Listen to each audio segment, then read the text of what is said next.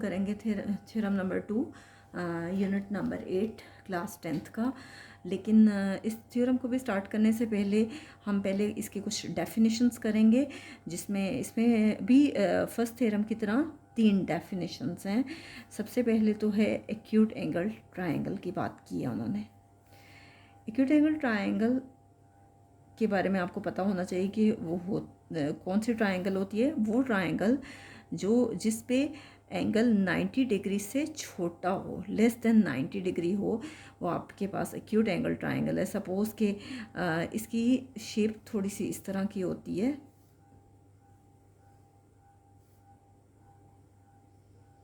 Suppose कि ये आपके पास सी है, ए बी, तो ये एंगल जो है, आप वैसे कोई भी एंगल ले लें, सारे एंगल जो हैं वो 90 से छोटे ही होंगे।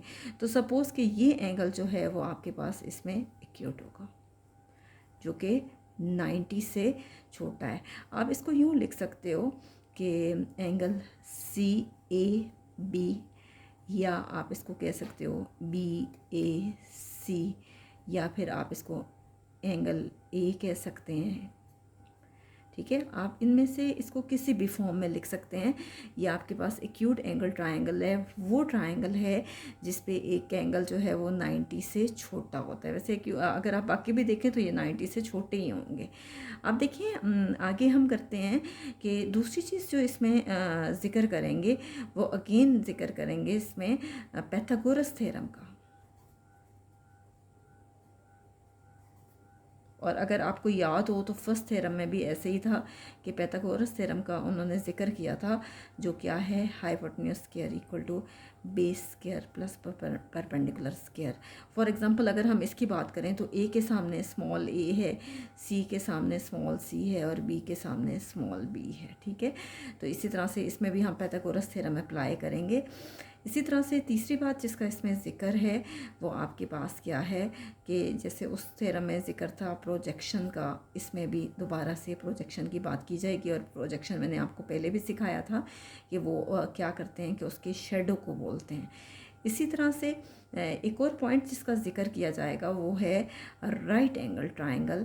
और आपको पता है कि राइट एंगल ट्रायंगल वो ट्रायंगल होती है जिसे परपेंडिकुलर बाइसेक्टर भी कहा जाता है, जिस पे हमेशा एंगल जो है वो कितना बनता है, 90 डिग्री का। उसकी शेप इस तरह से भी हो सकती है 90 डिग्री, या उसकी शेप इस तरह से भी हो सकती है 90 डिग्री। तो इन 4 बातों का जिक्र होगा इसमें एक्यूट एंगल ट्रायंगल जो कि लेस देन 90 है। इसके बाद के एंगल्स को किस तरह से लिखा जा सकता है, पाइथागोरस थ्योरम जो है वो क्या है, प्रोजेक्शन का भी जिक्र होगा। इसके अलावा राइट एंगल ट्रायंगल जो है वो किस तरह की होती है। तो इस थ्योरम को स्टार्ट करने से पहले मैंने आपको बता दिया कि इसमें क्या क्या है। अब देखिए हम थ्योरम देखते हैं कि थ्योरम में है क्या। उसी तरह से फर्स्ट थ्योरम की तरह इन एनी ट्रायंगल, कोई भी ट्रायंगल अगर आप लेते हो, the square of the side opposite to the acute angle, कहते हैं एक्यूट एंगल की जो अपोजिट साइड है उसका स्क्वायर। ये देखिए, सबसे पहले तो आप एक्यूट एंगल ड्रॉ करें, एक्यूट एंगल ट्रायंगल आप ड्रॉ कर लें।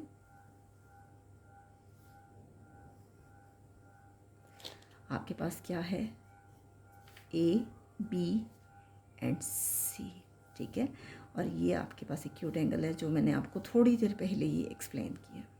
ठीक है, अब क्या है कि थ्योरम की स्टेटमेंट में वही बातें कर रहे हैं कि एक्यूट एंगल ट्रायंगल है, और एक्यूट एंगल ट्रायंगल जो है उसमें बात कर रहे हैं कि the square of the side opposite to the acute angle, acute angle की जो अपोजिट साइड है उसका स्क्वायर, आगे कह रहे हैं, is equal to the sum of the square of the sides containing that acute angle.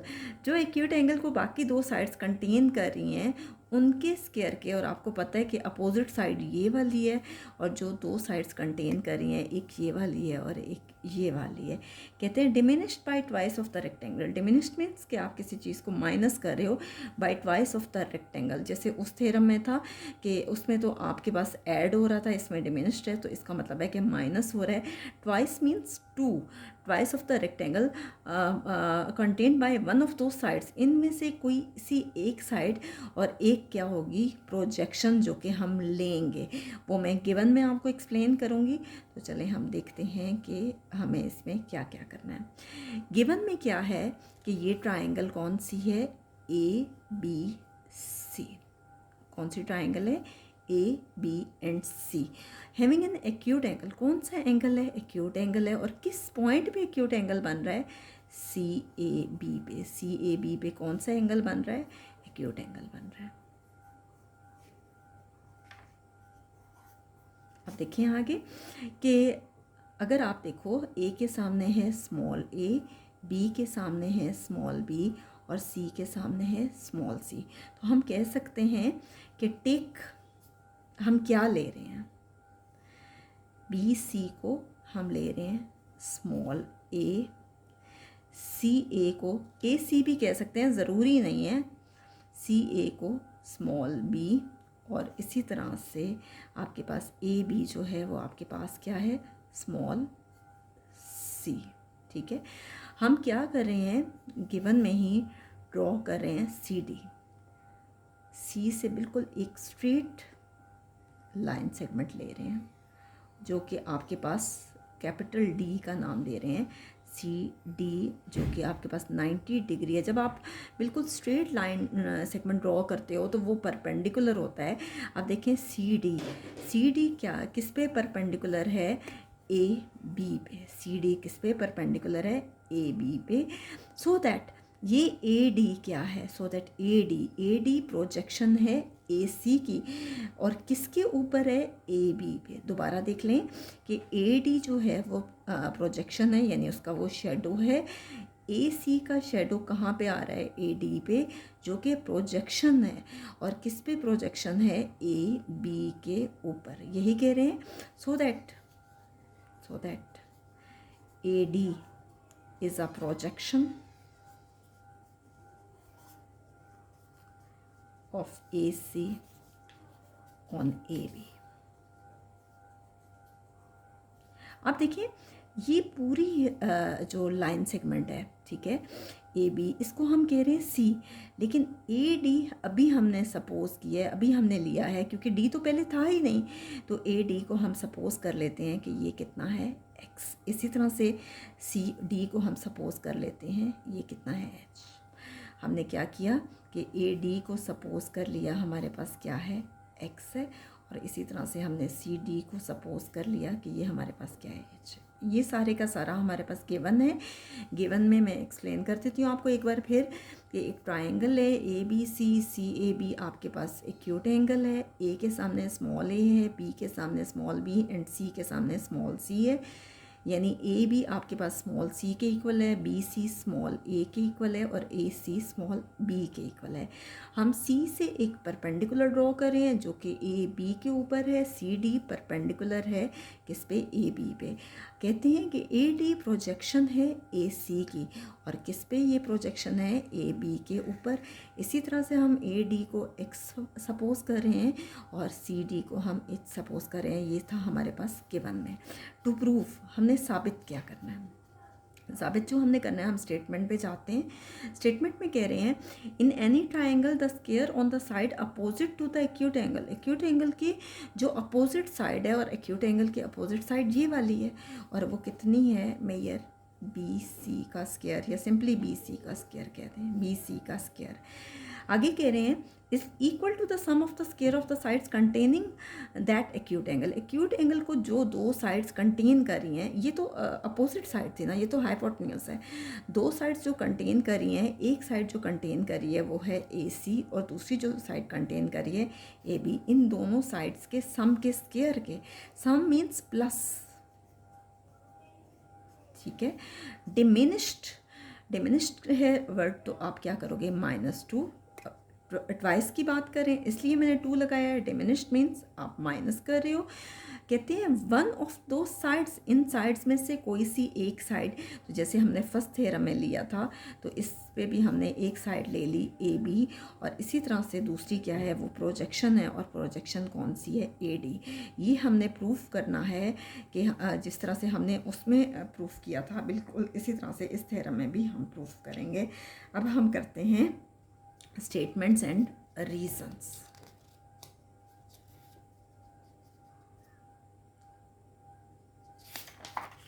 Statements and reasons के लिए हमारा नेक्स्ट पेज है, तो हम दोबारा से यहाँ पे फिगर बना लेते हैं, क्योंकि बार बार देखना हमारे लिए थोड़ा सा मुश्किल है कि हम पीछे से उसको देखें।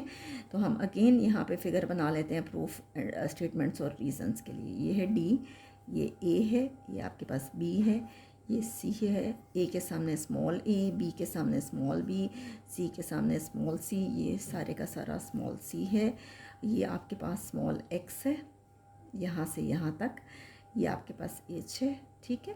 और ये हमारे पास फिगर जो है वो अगेन ड्रॉ हो गई है, ठीक है। अब हम करते हैं प्रूफ, और प्रूफ में आपके पास हैं स्टेटमेंट्स एंड रीजंस। अब स्टेटमेंट आपके पास क्या है हम देखते हैं। अब देखें कि सबसे पहले जो ट्रायंगल ले रहे हैं ये वाली ले रहे हैं, इन एंगल राइट एंगल वो होता है जिसपे 90 डिग्री का राइट एंगल ट्रायंगल है, और वो कौन सी है, सी डी ए, यानी डी पे 90 डिग्री बन रहा है, तो इसलिए डी दरमियान में आया है। क्या फॉर्मूला है, by using Pythagoras theorem. Pythagoras theorem ये बुक पे नहीं लिखा हुआ, लेकिन बेहतर है कि आपको जब थ्योरम को समझना हो तो आप लिख लिया करें, ठीक है। क्या है आपके पास, हाइपोटेन्यूज का square equal to base square plus perpendicular square, और इस फिगर के मुताबिक आपके पास जो है हाइपोटेन्यूज क्या है कि डी के 90 डिग्री की अपोजिट साइड, और वो कितनी है आपके पास, ए सी का स्क्वायर। इसी तरह से बेस आपके पास क्या है, ए डी 90 डिग्री के साथ जो आपके पास बेस क्या आ रही है, ए डी का स्क्वायर, और इसी तरह से परपेंडिकुलर आपके पास क्या आ रहा है, सी डी का स्क्वायर। और हमने क्या किया यहाँ पे, क्या अप्लाई किया, पैथागोरस थ्योरम।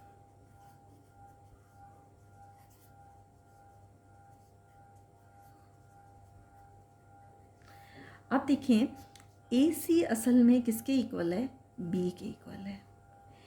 ए डी आपके पास किसके इक्वल है, एक्स स्क्वायर के है, और सी डी किसके इक्वल है, एच स्क्वायर के इक्वल है। बिल्कुल जैसे फर्स्ट थ्योरम में हमने किया था, सेम वही स्टेप्स हैं।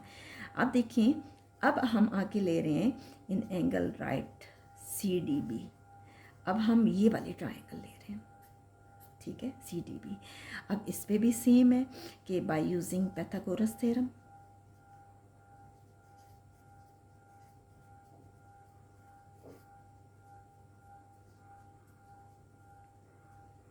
क्या है आपके पास, जो आपके पास है hypotenuse square equal to base square plus perpendicular square. एक चीज़ जो आप को यहाँ लिखनी चाहिए कि यहाँ पे measure angle C D A 90 है, यहाँ पे भी लिख लें क्योंकि ये सी डी ए एंगल है, और यहाँ पे भी लिख लें कि measure angle C D B भी 90 डिग्री है। बेहतर है कि आप ये लिख लें, hypotenuse square equal to base square plus perpendicular square. यहाँ पे हाइपोटेन्यूज क्या है, इसकी अपोजिट साइड क्या है, बी सी का स्क्वायर। बेस आपके पास कितनी है, बेस कितनी है, बी डी का स्क्वायर, और परपेंडिकुलर आपके पास कितना है, सी डी का स्क्वायर। सेम स्टेप्स हैं वही जो हम पहले कर चुके हैं। और ये देखें, ये तो हमारे पास था गिवन में 90 डिग्री वाला, और ये भी 90 डिग्री वाला हमारे पास गिवन में था। रीजंस में आप ये लिखेंगे, और यहाँ पे हमने क्या किया कि बाय यूजिंग पैथागोरस थ्योरम।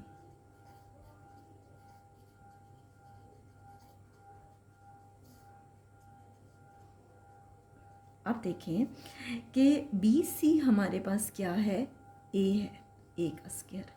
अब बी डी आपके पास, आपने सिर्फ ये वाला पोर्शन लेना है, जबकि ये पूरी साइड तो सी के इक्वल है, और आपको सिर्फ इतना सा पोर्शन लेना है। तो ये देखें, ये सी है, सी में से हम ये साइड निकालेंगे, यानी सी में से एक्स क्या होगा, माइनस, तो ये हमारे पास बी डी का स्क्वायर आएगा, और सी डी हमारे पास कितना है, एच का स्क्वायर है। यहाँ पे देखें कि आपके पास आगे क्या है, बाय यूजिंग फॉर्मूला।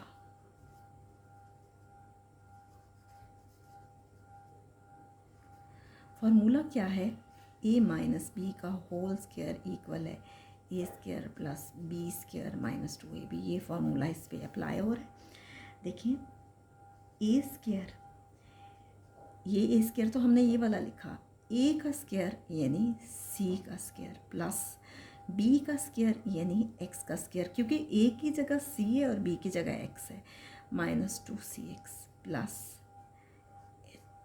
एच का स्क्वायर। ठीक है, हमने क्या किया, जस्ट इस फॉर्मूले को खोल दिया, A square plus B square minus 2ab।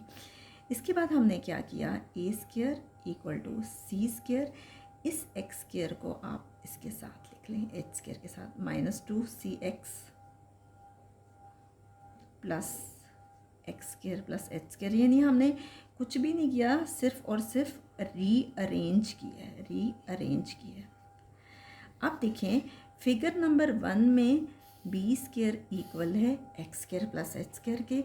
इसका मतलब है कि x square plus H square की जगह हम पुट कर देंगे बी स्क्वायर। ये आ जाएगा A square equal to C square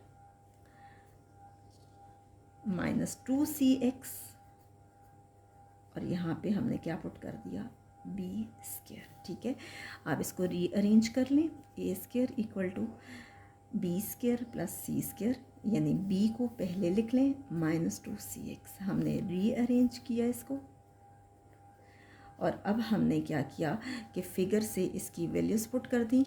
और फिगर में देखें, फिगर में यहाँ आपके सामने अगेन बना देती हूँ,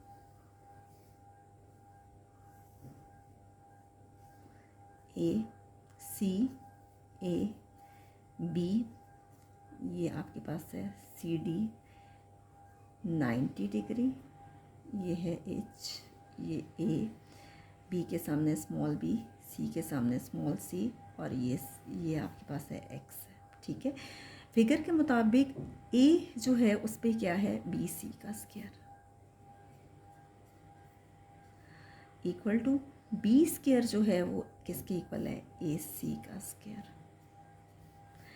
प्लस सी स्क्वायर इक्वल है ए बी का स्क्वायर,